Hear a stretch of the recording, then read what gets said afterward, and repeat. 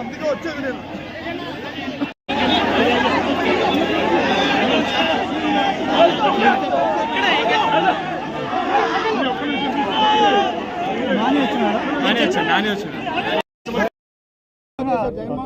ఇప్పుడు జగన్మోహన్ రెడ్డి గారు వాళ్ళు ఏమనుకున్నారంటే కానీ ఇంకా వైఎస్ఆర్ కాంగ్రెస్ పార్టీ 164 సీట్స్ ఎప్పుడైతే వాళ్ళకి వచ్చినాయో ఇంకా రాదు వైఎస్ఆర్ కాంగ్రెస్ పార్టీ, దీన్ని భూస్థాపితం చేస్తామనే ఒక ఇంటెన్షన్లో వాళ్ళు వెళ్ళిపోయినారు. అంటే ఇంకా మొత్తం మాదే ఈ రాష్ట్రం అంతా అని. కానీ జగన్మోహన్ రెడ్డి గారు ఎప్పుడైతే పబ్లిక్లో తిరగడం మొదలుపెట్టినారో, మళ్ళీ పబ్లిక్ నుంచి స్పందన రావడం మొదలైందో, ఆయనను అరికట్టాలా, నిలువరించాలా, ఎక్కువ ప్రోగ్రామ్స్ చేయకూడదు, ఎక్కువ పబ్లిక్లోకి పోకూడదు అని రెస్ట్రిక్షన్స్ పెట్టాలనే కారణంతోనే ఈ కేసులన్నీ కూడా పెడుతున్నారు. ఏమన్నా ఇక్కడ ఉన్న మీడియా సోదరులకు మీకు తెలీదా అన్న, చంద్రబాబు నాయుడు గారు మీటింగులు పెట్టి 5,000 మంది 10,000 మంది మహిళల్ని పిలిచి వాళ్ళకు ఒక 500 చీరలు ఇస్తే ఆ చీరల కోసం పాపము తొక్కిసలాట జరిగి 10 మంది 20 మంది చనిపోయిన సంఘటనలు మీకు తెలుసా తెలీదా? ఇంతకు మించి నేను అడగను. ఇటువంటి గోదావరి మస్తుగా లిస్టు చాలా పెద్దది ఉంది. అదే కార్యక్రమంలో రప్పరప్ప ఫ్లెక్సీ బోర్డుకి సంబంధించి నిన్న ముఖ్యమంత్రి చంద్రబాబు కూడా ఒక కీలక వ్యాఖ్యలు చేశారు. అంటే సినిమాలో జగన్ పుష్ప డైలాగ్ వాడితే తప్పేంటి అన్న దానికి, అంటే సినిమాల్లో చంపుతారు మీరు కూడా చంపుతారని ఆయన ప్రశ్నించారు. అంటే ఈ రాష్ట్రంలో చంపుతాము నరుకుతాము అని అంటే తప్పు, నరికితే తప్పులే. నరుకుతాము అని అంటే తప్పు, ఎవడైనా నరికితే తప్పులే. పల్నాడులో నరికినారు, అనంతపురంలో నరికినారు, కర్నూలులో నరికినారు, రోజు పల్నాడు జిల్లాలలో నరుకుతూనే ఉన్నారు. కేసులు పెట్టడంలే, నరికినోడు బయట తిరిగినాడు, చచ్చిపోయిన కుటుంబాలు శ్మశాన వాటికలంటే తిరుగుతున్నారు. దాని గురించి మాట్లాడారు. నరుకుతామనే పదం మాత్రం ఎన్డీటీవీలో వచ్చింది. ఈడ కూడా ఎన్డీటీవీ ఏందన్నా ఎంతవరకు న్యాయం అని నేను అడుగుతున్నా. ఆ రోజు మీరు రప్ప గురించి మాట్లాడుతున్నారు కదా, జగన్మోహన్ రెడ్డి గారు గంటన్నర మాట్లాడినాడు ప్రెస్ మీట్. ఎంతసేపు? గంటన్నర. ఎడ్యుకేషన్ సిస్టమ్ పైన, హెల్త్ సిస్టమ్ పైన, ఈ రాష్ట్ర ప్రభుత్వం చేస్తున్న అప్పుల పైన, మన కరెంటు ఛార్జీల పెరుగుదల పైన, యువకులు పడుతున్న ఇబ్బందుల పైన, రైతులు పడుతున్న ఇబ్బందుల పైన, గిట్టుబాటు ధరలు లేని విషయం పైన, రైతుల ఆత్మహత్యల పైన, పొగాకు రైతుల సమస్యల పైన, ఇన్ని మిర్చి రైతుల సమస్యల పైన దాదాపుగా గంటన్నర సేపు ప్రెస్ మీట్ పెడితే గంటన్నర తర్వాత మాట్లాడిన రప్పరప్ప ఒకటి లేచింది పైకి. సమాధానం లేదు, సమాధానం లేదండి. అధికార పక్షంలో మేమేం చేయాలని చేస్తున్నారు కదా ఆల్రెడీ. ఇంకా చేసేది ఉంది, ఇంకా మళ్ళీ కొత్తగా చేసేది ఏముంది? వాళ్ళ అధికార పార్టీలో ఉండి చేస్తున్నారు కదా. ఇక్కడ చంద్రబాబు నాయుడు గారు ఇంతకుముందు ఒక కథ చెప్పినారు, మీకు అందరికి గుర్తుందో లేదో. ఏం రా కథ అంటే, ఒక గ్రామంలో ఒక కుక్కను చంపాలనుకున్నాడంట. కానీ ఆ కుక్కను చంపితే కానీ గ్రామస్తులందరూ వాడిని కొట్టి చంపుతారంట.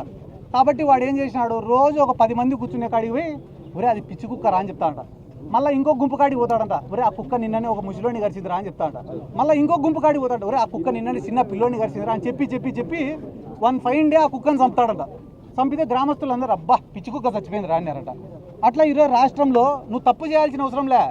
రోజు ఒక 4 టీవీ ఛానళ్లలో వీడు ఆడదాం ఆంధ్రాలో 100 ఎత్తినాడు, వాడు 300 ఎత్తినాడు, వాడు 400 ఎత్తినాడు, వీడు మైనింగ్లో ఎత్తినాడు, వాడు క్వాడ్స్లో ఎత్తినాడు, వాడు లిక్కర్లో ఎత్తినాడు అని చెప్పి ఒక్క పథకం ఇవ్వకుండా డైలీ అన్ని ఛానళ్లలో జగన్ సార్ ఏం సార్ కరెంట్ ఛార్జీలు పెంచినారు కదా అంటే చెవిరెడ్డి భాస్కర్ రెడ్డి అరెస్ట్. ఏం సార్ తల్లికి వందనం ఇయ్యాలా మీరు అంటేనే వెంటనే రేపు ఎల్లుండో సిద్ధార్థ రెడ్డి అరెస్టు, 3వ రోజు మా రాజన్న అరెస్టు. అంటే అరెస్టులను చూపించుకుంటా వీళ్ళు రాక్షసులు అని చెప్పుకుంటా ఈ రాష్ట్ర ప్రజలకు మొత్తం సున్నం పెట్టే ఆలోచనలో వీళ్ళు ఉన్నారు. మీ పార్టీ కీలక నేత కొడాలి నాని అరెస్ట్ గురించి ప్రచారం జరుగుతుంది. ఆయన ఆరోగ్య పరిస్థితి బాగాలేదు అంటున్నారు. అసలు ఆయన ఎక్కడ ఉన్నారు ఇప్పుడు? వైసీపీ నాయకులంతా కొలంబో వెళ్తారని చెప్పి టీడీపీ ప్రచారం జరుగుతుంది. నిజంగా మీరంతా కొలంబో వెళ్తారా? నా పాస్పోర్ట్ కూడా పోలీసు వాళ్ళ కాడనే ఉంది, నేనే కొలంబో పోతా. నా పాస్పోర్ట్ కూడా పోలీసు వాళ్ళ కాడనే ఉంది. ఇంపాసిబుల్, నేను పోవాలనుకునే పోలేను.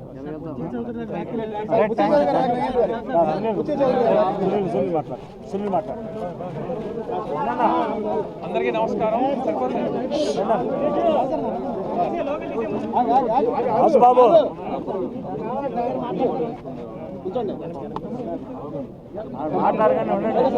ఈరోజు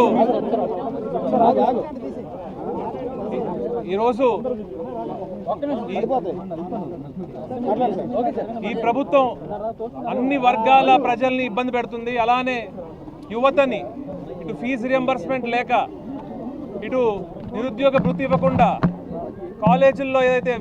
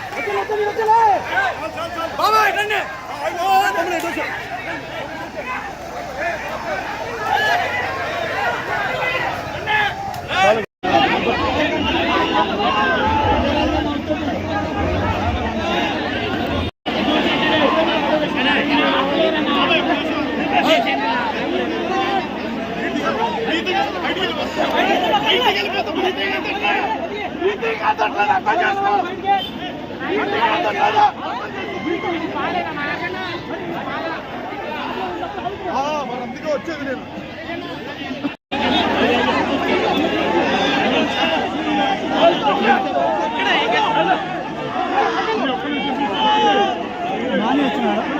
నాని వచ్చినాడు